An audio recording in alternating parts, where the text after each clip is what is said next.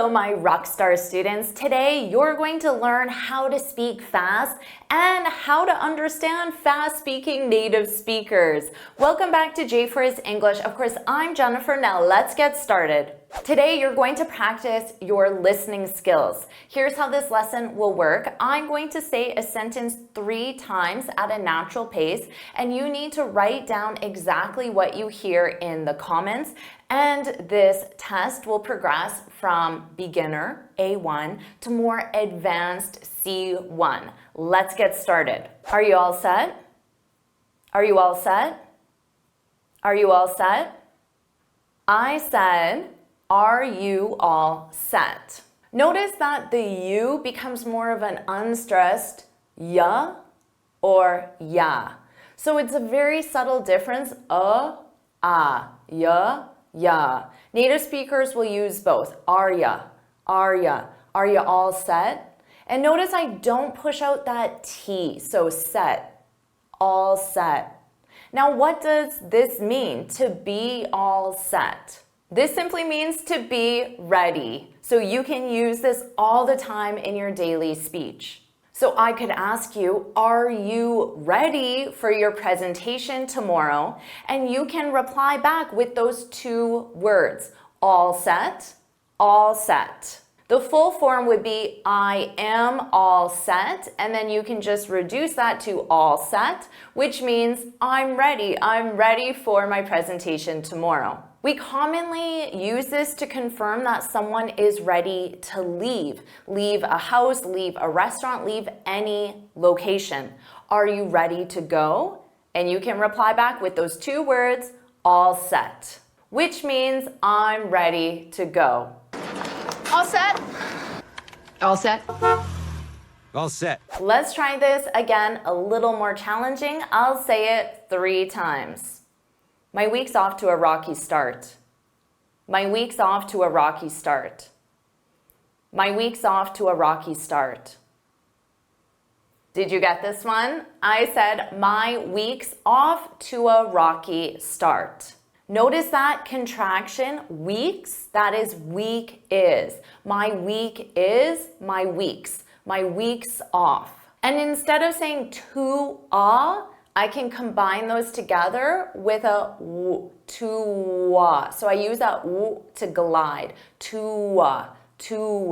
My week's off to a rocky start. The reason why this is more difficult is because you may not know the expression. The expression is to be off, to a, and then adjective, start. And in this example, my adjective is rocky. My week's off to a rocky start.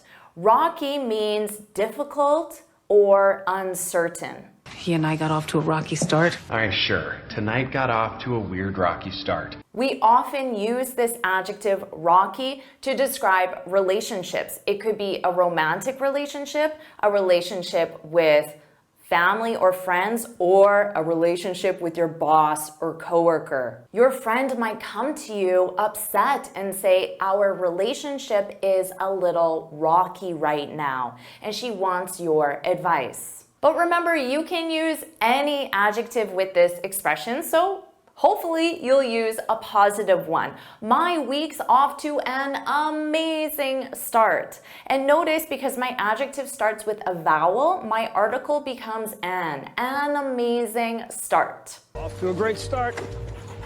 So we're off to a good start. And you can use this expression as a reply to, how's your week going? So why don't you practice this right now? How's your week going? And I want you to put in the comments, my week's off to a adjective start. And you choose the adjective. Put that in the comments. And hopefully it's a positive adjective. Let's try this again. I'll say it 3 times. What do you have on the go today? What do you have on the go today? What do you have on the go today? Did you get this one? I said, what do you have on the go today? Have you heard that native speakers pronounce what do you as what'ya? What'ya? We combine all those sounds together. What'ya? An alternative is whatcha. Whatcha. And I use both of them equally, so it's important that you know both of them as well. And this question is how a native speaker will commonly ask, what are you doing today? So the expression is have on the go. What do you have on the go today? What are you doing today? Now, instead of have on the go, native speakers will also say, what do you have going on? So on the go is one option, going on is another option. What do you have going on today? Hey girl, what do you got going on today? So to answer, maybe you could say, today I'm studying JForrest English lessons. Is that what you have going on today? Let's try this one more time. I'll say it 3 times. Did you nod off in the presentation too? Did you nod off in the presentation too? Did you nod off in the presentation too? Did you get this one? I said, did you nod off in the presentation too? Native speakers will combine did you and say did you. Did you. So you hear a j sound. Did you. Or we can reduce that to did ya or did ya. So that or ah. So all 3 options are common. Nod off is a phrasal verb, so we'll pronounce it as one word, nod off. So notice I'll take that D sound and I'll connect it on the off, but I have to combine it together. Nod off, nod off, nod off. To nod off, this means that you fall asleep accidentally when you're not supposed to, like during a presentation. So hopefully you're not nodding off during this lesson right now. Or maybe you nodded off on the bus. I nodded off on the bus and missed my stop. Has that ever happened to you? Or maybe you see one of your coworkers nodding off. I think Sarah nodded off. Someone should wake her up before her boss sees her. Did you just nod off? I nodded off. So I nodded off a little. Nodded off? Ross, you were snoring. Now let's do an imitation exercise so you can practice your pronunciation. I'm going to say each sentence again, and I want you to repeat the sentence aloud and imitate my pronunciation. Are you all set? Are you all set? Are you all set? My week's off to a rocky start.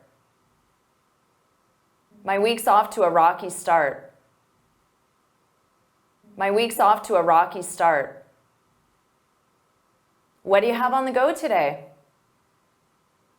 What do you have on the go today? What do you have on the go today? Did you nod off in the presentation too? Did you nod off in the presentation too? Did you nod off in the presentation too? Amazing job. Now you're ready to speak fast and understand fast-speaking native speakers. Do you want me to make more lessons like this?